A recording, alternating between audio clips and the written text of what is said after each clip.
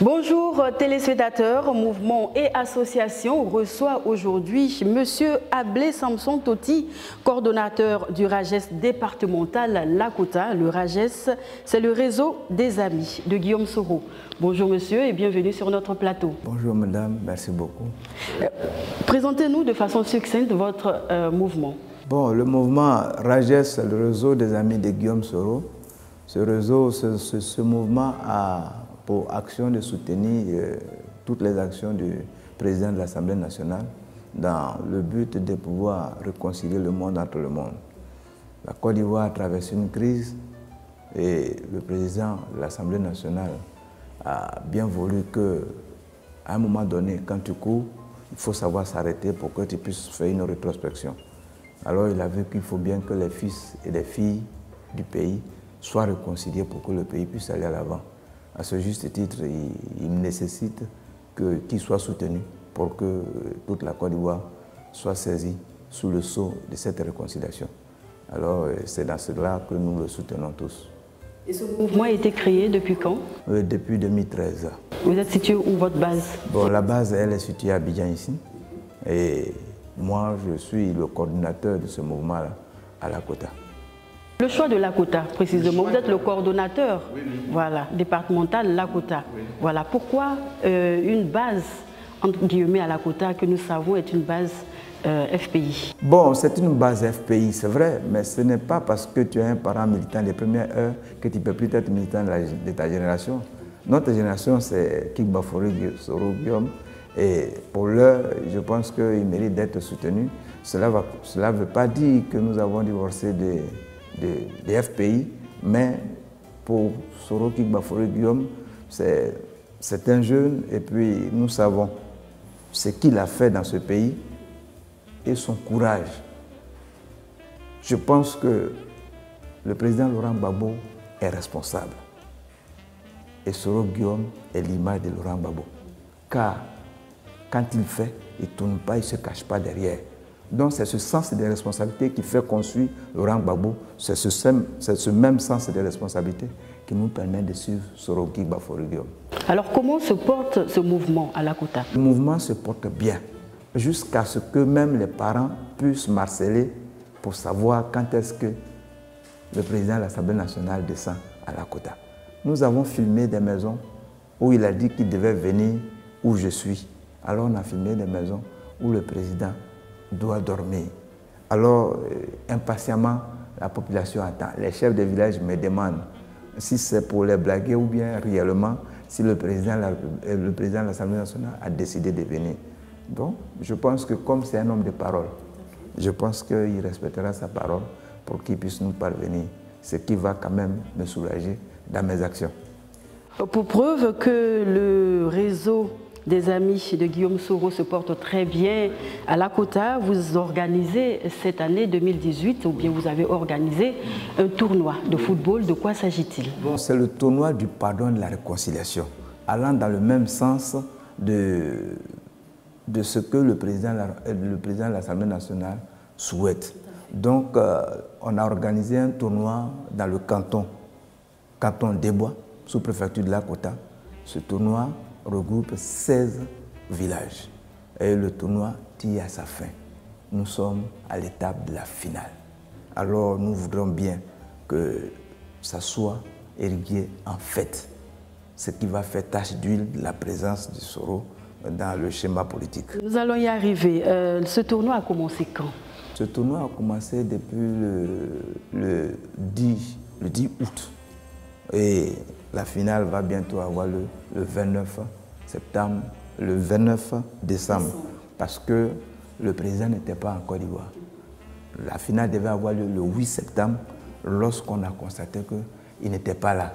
Donc, il fallait quand même son onction pour qu'on puisse s'en organiser. Comme on sait qu'il est dans le pays, même s'il n'est pas présent, il sait que nous faisons la chose, donc c'est ce que nous souhaitons. Nous allons revenir au sujet qui nous rassemble ce jour sur ce plateau, qui est le tournoi du pardon et de la réconciliation. Nous parlons également de la mobilisation. Quelles ont été leurs impressions durant ces différents matchs qui ont eu lieu? Est-ce que ces personnalités ont apprécié, ont déprécié Ils ont apprécié et pour l'illustration, on a transféré un film que le président lui-même a regardé avant de décider d'arriver là-bas. Les chefs même ont pris sur la responsabilité de dire à travers le film pour dire qu'ils attendent impatiemment le président de l'Assemblée nationale. C'est un fils de Côte d'Ivoire, donc c'est aussi un fils de Lakota. Nous l'attendons là-bas. Voilà. Donc au travers de ce tournoi, quel est l'objectif visé? Bon, l'objectif visé, nous voudrons bien qu'on donne à travers ce tournoi, on donne à l'homme l'occasion de donner sa propre opinion des faits. On ne peut pas le juger à travers les médias, pour mieux juger quelqu'un, il faut l'approcher.